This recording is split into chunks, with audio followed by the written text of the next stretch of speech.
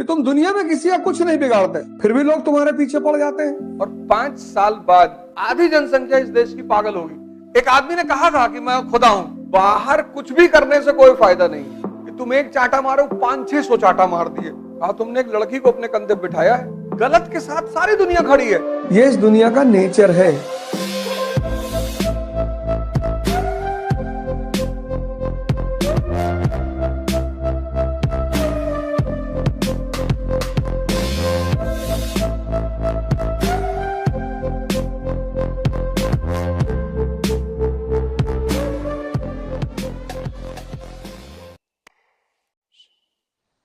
मरा हुआ दिमाग के लोगों का कोई दुश्मन नहीं होता। तुम कभी कभी बड़ा गौर करोगे कि तुम दुनिया में किसी का कुछ नहीं बिगाड़ते, फिर भी लोग तुम्हारे पीछे पड़ जाते हैं। ऐसा बहुत सबके साथ होता है। जीसस क्राइस्ट ने किसी का क्या बिगाड़ा? उसको क्रूसीफाई कर दिया। तुम सोच के देखो इस दुनिया का नेचर। तुम बस सोच के देखो इस दुनिया का नेचर। जीसस क्राइस्ट क्या बिगाड़ा इन्होंने किसी का? सिर्फ बेचारे इतना तो कह रहे हैं कि मैं भगवान का बेटा हूं। इतने में तुमको प्रॉब्लम हो रही है? अरे कहने दो भैया। मंसूर बिन हलाज,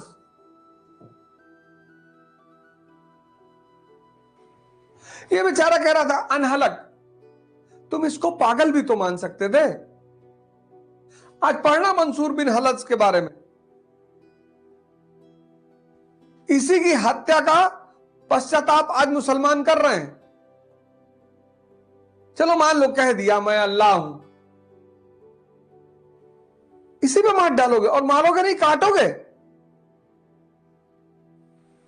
महावीर को मारा, कुत्ते छोड़ दिए उनके पीछे।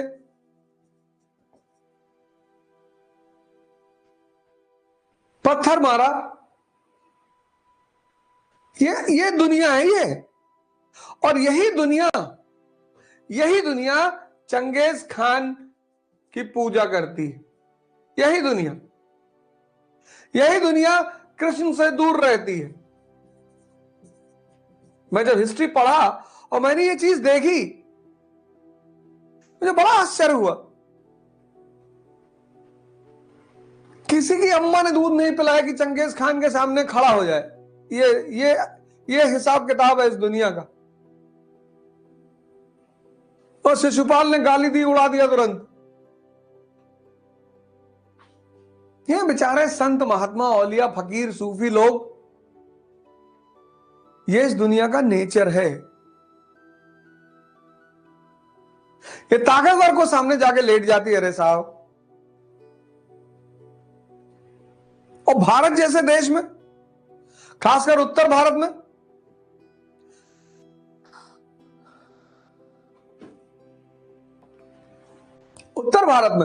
यूपी में, बिहार में, कभी कभी मैं सोचूं कि इन क्षेत्रों में भगवान हथियार लेके क्यों चला?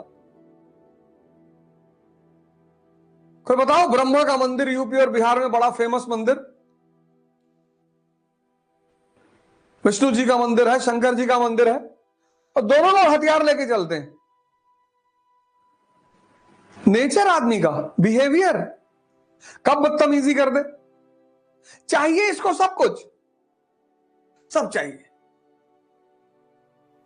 काश तुम एक बात समझ जाओ बस, तो समझ लो मेरा पढ़ाना सफल हो जाए कि तुम्हारे पास एक बहुत जादुई चीज है। इतनी जादुई, इतनी कि अगर तुम उसको यूज करना जान जाओ तो तुमको भगवान बना दे। इसलिए मैंने खुदा नहीं कहा, क्योंकि मुसलमान मानते हैं कि खुदा है, कोई खुदा बन नहीं सकता। लेकिन हिंदू मानते हैं कि कोई भी भगवान बन सकता है। इसलिए मैंने खुदा शब्द का इस्तेमाल नहीं किया,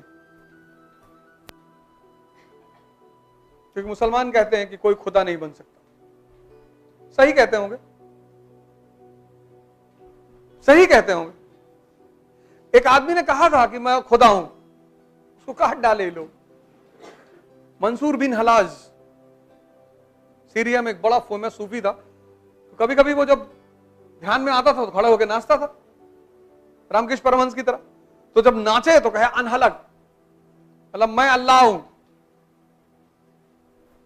ये पहुंच गया मौलाना, ये बहुत बदतमीज है, ये लगा लेता है और फिर कहता है अनहलक।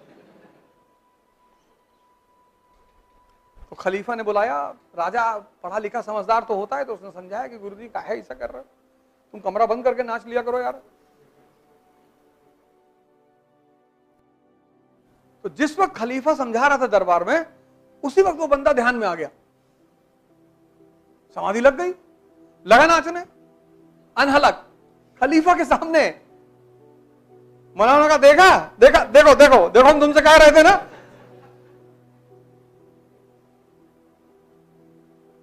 अब खलीफा के पास कोई ऑप्शन नहीं था, उसने काट डालो।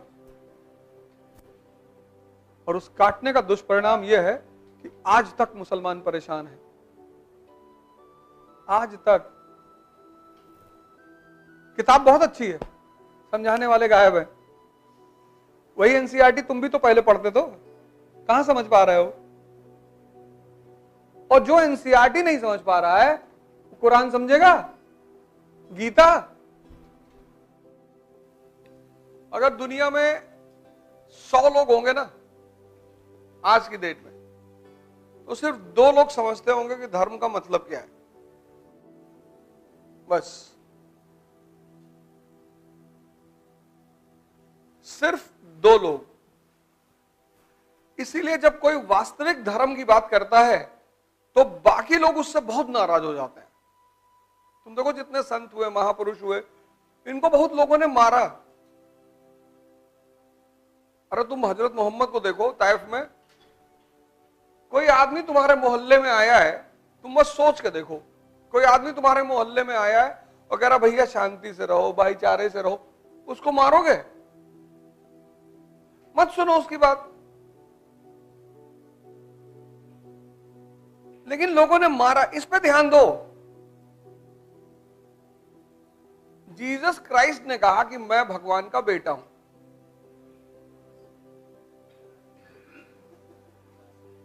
उनको लोग पागल भी तो मान सकते थे, लेकिन कोई बात रही होगी तब लोगों ने मारा।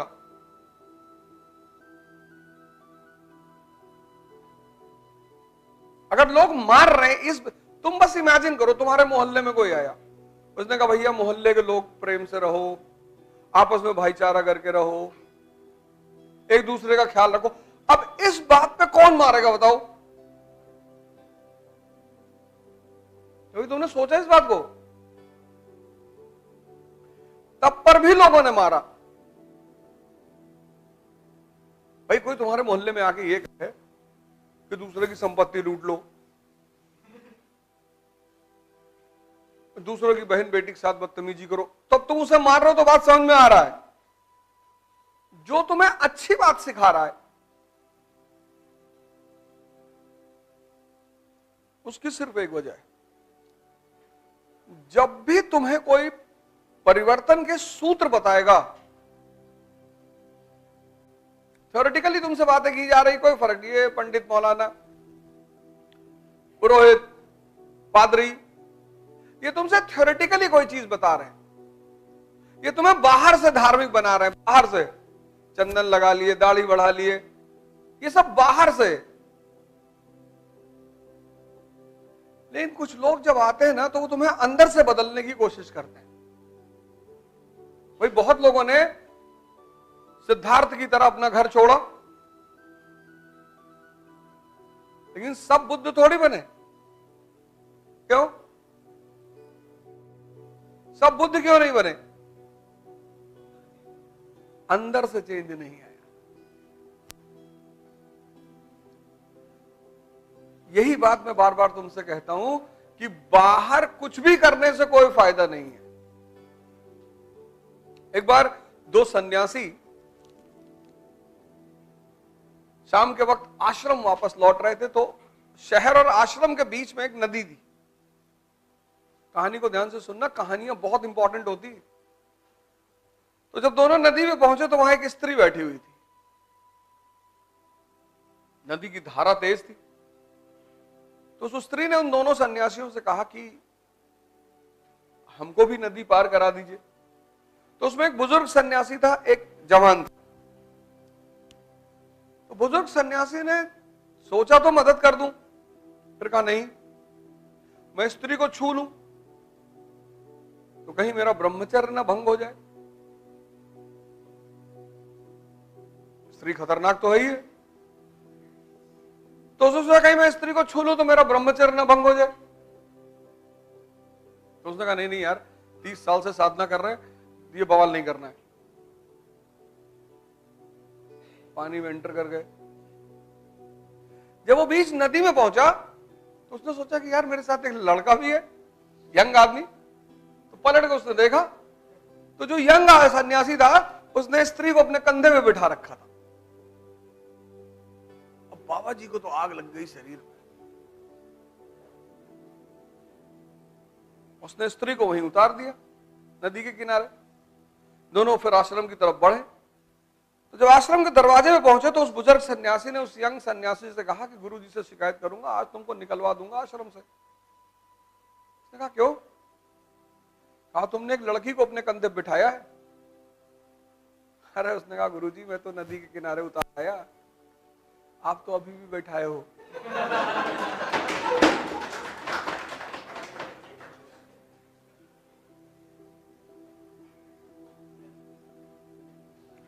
उसने कहा गुरुजी मैं तो उतार आया, अब तो है ही नहीं मेरे मन में।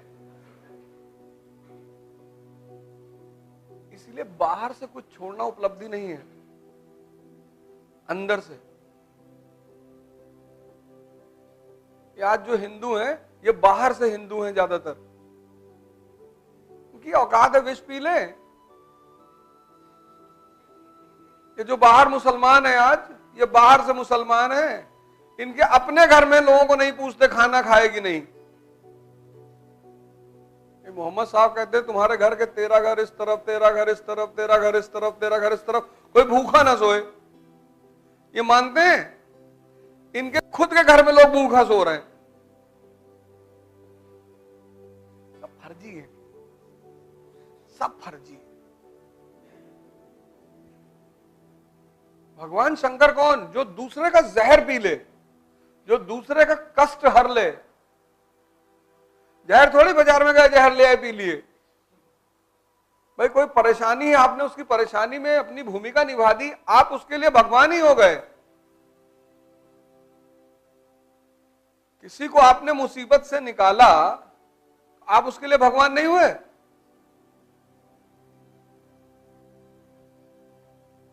इसीलिए मैं तुमसे कहता हूं दिमाग पर ध्यान दो।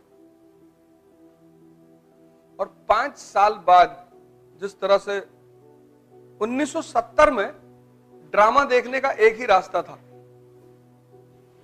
Picture hall. 1970 में, और 1970 में पिक्चर हॉल जाने पे लोग शर्माते थे, बड़ा बुरा माना जाता था। कभी कदार कोई मूवी देखने जाता था, और जाता भी था तो गमछा वमछा चद्दर उद्दर लपेट के आता था। घर वाले तो बहुत मारते थे अगर मूवी देखते पकड़ ले तो। 1990 में ये ड्रामा घर घर पहुंच गया, टीवी। 1970 से 90 तक संडे को एक फिल्म आती थी बस दूरदर्शन पे, और ऐसी फिल्म आती थी कोई देखता ही नहीं था। घड़े का चोर, पता नहीं किस जमाने में बनी है, क्या कहानी है, कोई देखता ही नहीं था। 2000 में ये ड्रामा हर जेब में पहुंच गया।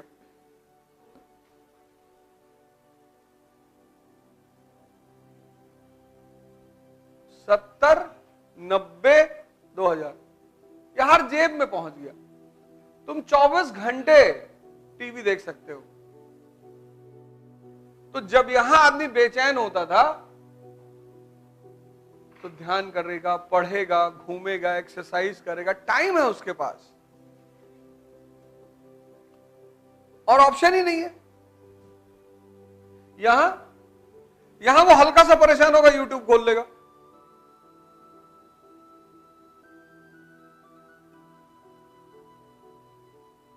आज से ठीक 5 साल बाद तुम देखना, गारंटी आधी जनसंख्या इस देश की पागल होगी,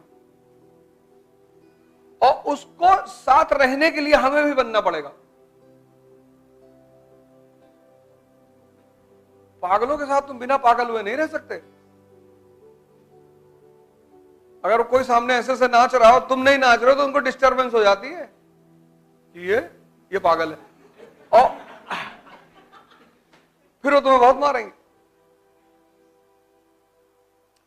इसीलिए सोचने की क्षमता खत्म होती जा रही है, मनन करने की क्षमता, गलत सही देखने की क्षमता खत्म होती जा रही है। मतलब मन की जो शक्ति है ना, वो खत्म होता जा रहा है। तो धर्म जो है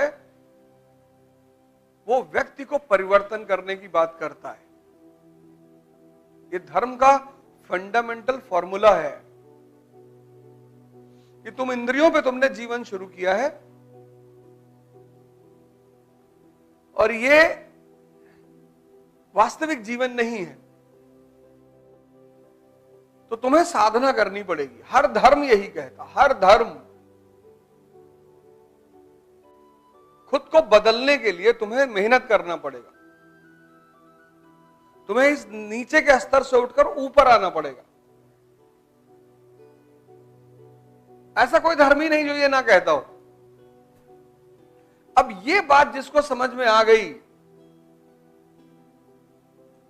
वो महान हो गया, उससे मतलब ही नहीं, उसके मन में किसी के लिए द्वेष ही नहीं,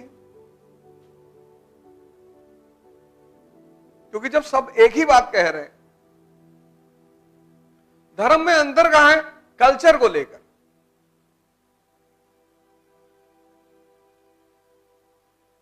धर्म में अंतर कहां है? कल्चर, क्योंकि कल्चर किस पर डिपेंड करता है?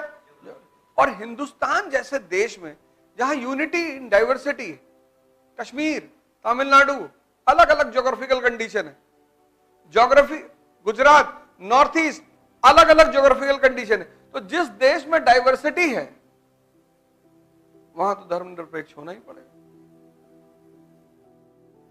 और खतरा किससे होता है? समझदारों से। जाहिलों से क्या खतरा? मूर्खों से क्या खतरा? राजा राम मोहन रॉय ने सती प्रथा खत्म की, उनकी मां उनके खिलाफ प्रोटेस्ट में आ गई, उनकी अपनी मां। 500 लोग सड़क पे चल रहे हैं, उनकी मां भी चल रही कि मेरा बेटा पागल है। सोचो उस आदमी को ने कितना खतरा मोल लिया होगा।